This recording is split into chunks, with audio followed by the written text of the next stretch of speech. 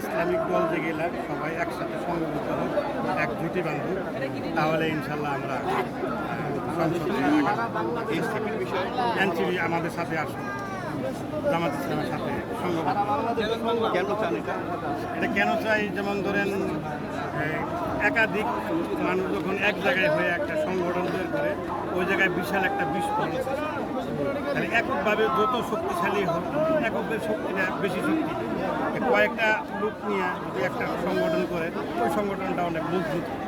এখানে আমি চাইতেছি, যেহেতু তারাও ইয়ং, জামাত ইসলামের ন্যায় ইনসাফ ভিত্তিক রাষ্ট্র পরিচালনা করতে চাইতেছে, তো আলহামদুলিল্লাহ তুমি সবাই একত্রিত হইয়া দেশটাকে পরবর্তী প্রজন্মকে উপহার দেওয়ার জন্য আমরা চেষ্টা করব। কতগুলো আসন পেতে পারে জামাত ইসলাম? আমার তো আশা, যেভাবে মানুষের ঢল এই নামছে, কমপক্ষে তো 200 আসন আমরা আশা। কারণ এই যে আমার যে ছবিটা দেখতেছেন, এটা আমার হয়তো কাপড়ের মাধ্যমে ছবিটা প্রকাশ করছি, কিন্তু এইরকম ছবি প্রত্যেকটা জামাতের কর্মীর অন্তরে সিলমারা। আমি মনে করি এক একটা জামাতের কর্মী এক একটা ক্যান্ডিডেট।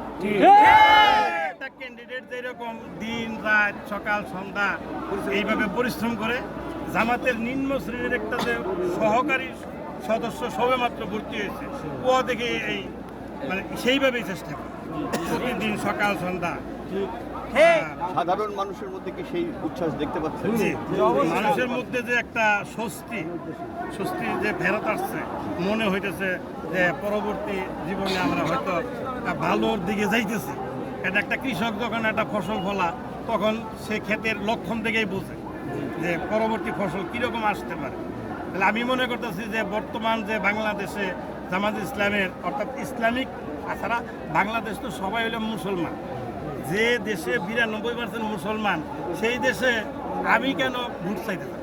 সবাই তো আসলে চাপার মধ্যে আসলে বিদায় এটা বহিঃপ্রকাশটা গড়ে নেয়। আপনি অনেক প্রবীণ মানুষ, আগে যে বিষয়টা বেশি শোনা যেত, এখনও কেউ কেউ বলার চেষ্টা করে, একটা বিষয় নিয়ে জামাত ইসলামকে প্রশ্নবিদ্ধ করে, যে সেটা তো মুক্তিযুদ্ধ ইস্যু।